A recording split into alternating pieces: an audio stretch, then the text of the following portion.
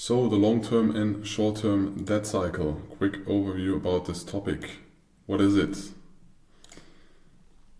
It's a repetitive pattern of borrowing and spending and repayment that has a big impact on economic growth in a region, in a single economy, or the asset prices in that economy. Why? There are two different types of cycles. There is a short-term debt cycle that most of the time lasts 5 to 10 years, characterized by frequent credit expansions and contractions. So interest rates rising and falling, and for that you have more credits or less credits, because of course you have more credits when the interest rate on that credit or the interest on that credit is lower. Then if you have high interest rates, then the likelihood of people taking a credit or also giving you credit is lower. You also have long-term debt cycles that last or spans between 50 to 75 years, and they build up over multiple short-term cycles and also have an impact on the economy, but kind of slower and are not that fast like the short-term debt cycles.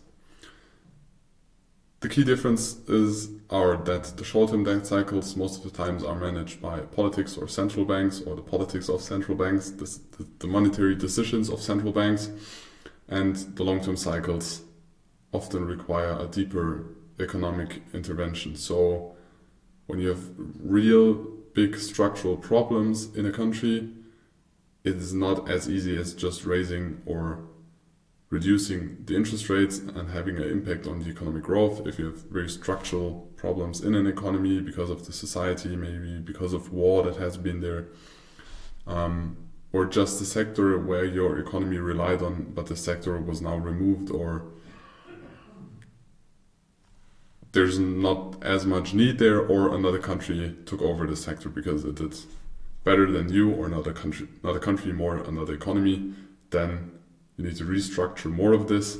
So it's not that easy, but it's still possible. But most of the time there is then a change in government or a kind of revolution in the society or a big structural change.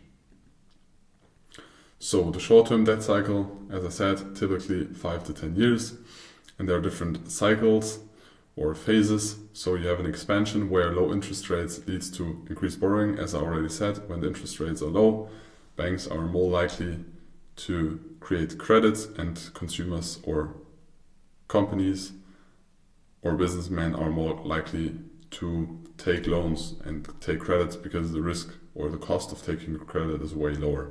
So it's boosting spending, it's boosting transactions, it's boosting investments, and most of the times it is also boosting asset prices. Doesn't matter which assets, most of the assets in this case are rising, except government bonds or bonds in general. You can also have a contraction. So in a contraction, you have rising interest rates that slow down the borrowing and reduce the spending, and most of the time lowering the asset prices, because interest rates are higher, people are more likely to save, there is a more cautious behavior of businessmen, of consumers in that economy, so everything is kind of slowing down.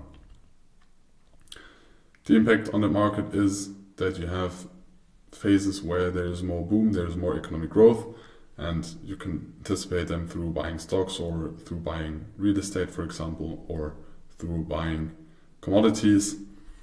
There are a lot of ways to participate in this.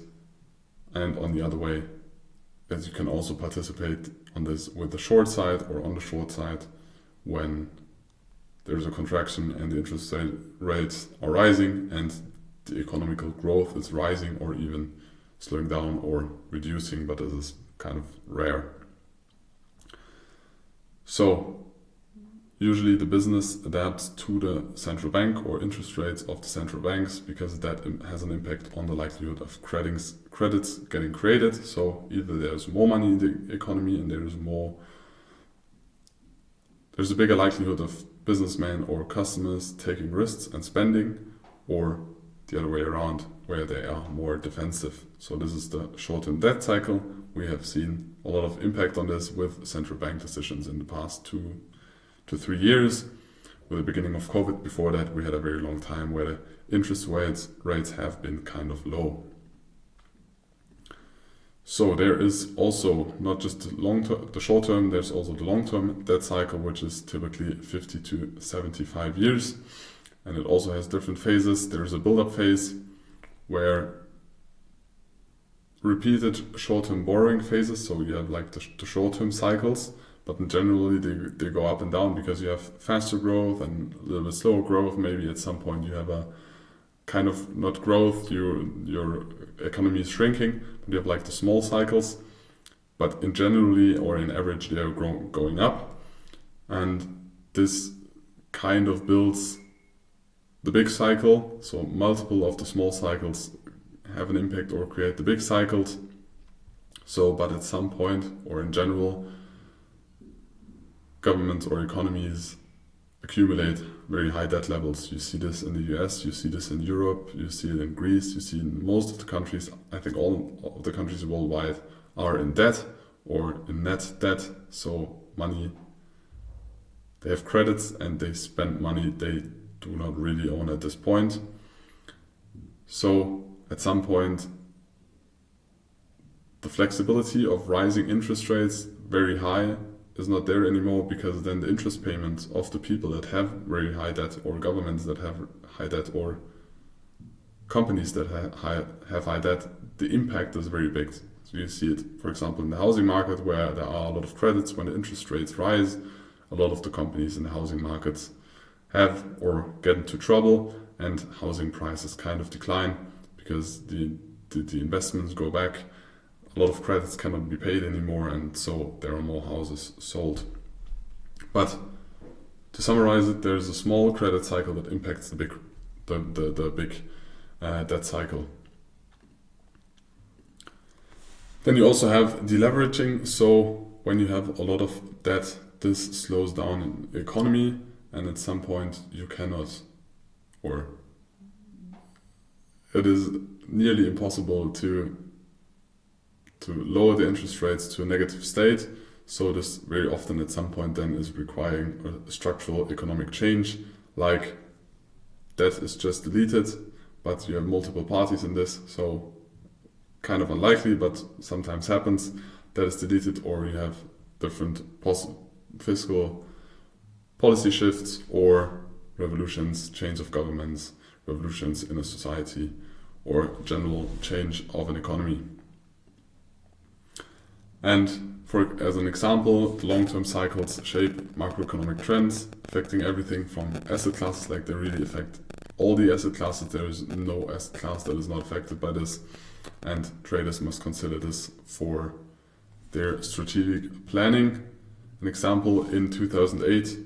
So in 2008, the long-term debt cycle ended because there was a very extensive debt that led to the financial crisis, or too much debt that was created, and people that got credits that were not valid for those credits, or that not fulfill very good criteria to get a credit. So the housing bubble burst and massive credit defaults, and there was a big credit freeze, and this triggered a very fast deleveraging process where debt had to be reduced a lot very fast. And then the following process, you will know it nowadays, was a financial crisis for a couple of years. And that happened because the government needed to intervene in that credit cycle and stabilize the economy.